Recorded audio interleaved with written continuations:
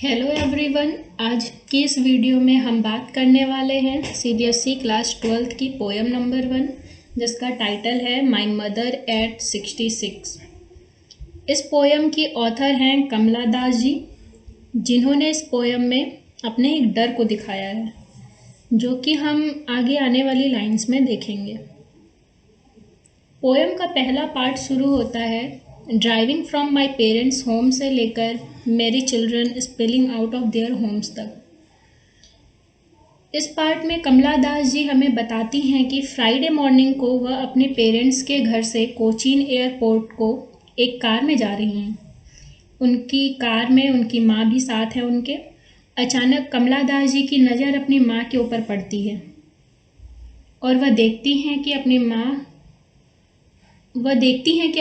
उनकी माँ जो है वो सो रही हैं, यानी कि झपकी ले रही हैं। उनका मुंह खुला हुआ है और उनका फेस एक डेड बॉडी के फेस की तरह पीला पड़ गया है। उनके फेस पर कोई एक्सप्रेशन नहीं है और तुरंत ही पोएट को एक दर्द का एहसास होता है कि उनकी माँ अब बूढ़ी हो चुकी हैं। लेकिन तुरंत ही पोएट जो है मतलब कमला दास जी जो हैं वो अपने इस थॉट को तुरंत ही हटाकर अपनी कार से बाहर की तरफ देखने लगती हैं। वह देखती हैं कि जो पेड़ हैं वो पीछे की तरफ तेजी से जा रहे हैं और छोटे छोटे बच्चे अपने घरों से खुशियों के साथ बाहर निकल रहे हैं।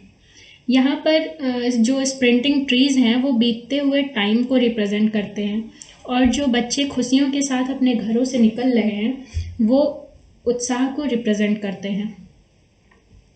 और कुछ टफ वर्ड मीनिंग्स भी हैं, जैसे डोज का मतलब हम यहाँ देख सकते हैं हैव अ शॉर्ट स्लीप, मतलब वो जो पोएम में उनकी माँ है वो छोटी सी नींद ले रही हैं कार में बैठे बैठे। और सेकंड है एसन एज अ पेल फेस, यहाँ पे उनकी माँ का फेस जो उन्होंने कहा है कि डल लग रहा है वैसा। और कॉप्स का मतलब डेड बॉडी, जैसे उन्होंने कंपेयर किया है कि उनकी माँ का फेस जो येलो पड़ गया है वो एक डेड बॉडी की तरह है। तो ये कुछ टफ वर्ड्स थे। और अब हम नेक्स्ट पार्ट के बारे में बात करेंगे जो कि स्टार्ट होता है but after airport security check से लेकर स्माइल एंड स्माइल तक। तो इस पार्ट में कमला दास जी एयरपोर्ट से जो एयरपोर्ट होता है उसके सिक्योरिटी चेक के बाद पोएट एक बार फिर अपनी माँ की तरफ देखती हैं जो उनसे कुछ ही दूरी पर खड़ी हुई होती हैं। उनका फेस बिल्कुल कलरलेस लग रहा है और पीला पड़ गया है, ऐसा कमला दास जी को लगता है अपनी माँ के बारे में। पोएट को उनका फेस लेट विंटर मून की तरह लग रहा है, जैसे लेट विंटर मून मिस्ट के कारण धुंधला दिखाई पड़ता है, जैसे उसकी चमक फीकी पड़ जाती है, वैसे ही पोएट की माँ का फेस भी अब डल सा लग रहा है। तो इन्होंने ये लेट विंटर मून जो है वो फिगर ऑफ स्पीच में सिमिले का यूज़ किया है पोएट कमला दास जी ने। तो और फिर इन सब बातों को लेकर वो पोएट जो हैं वो अपने बचपन के डर को याद करती हैं। वह डर है अपनी माँ को खो देने का, लेकिन पोएट अपने इस डर को दबाकर अपनी माँ से जल्द ही मिलने की बात करती हैं। पोएट अपने डर को छिपाकर बस स्माइल करती हैं और चली जाती हैं। तो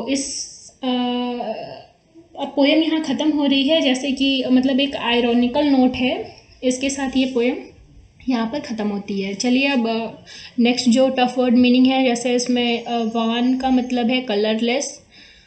जैसे उन्होंने कहा है कि उनकी मदर का फेस उन्हें कलरलेस सा लग रहा है। लेट विंटर मून मतलब लॉस्ट द ग्लो, मतलब जैसे वो जो मून होता है वो अपनी चमक को खो दे रहा है, तो उसे कंपेयर करने के लिए ये सिमिले यूज़ किया गया है।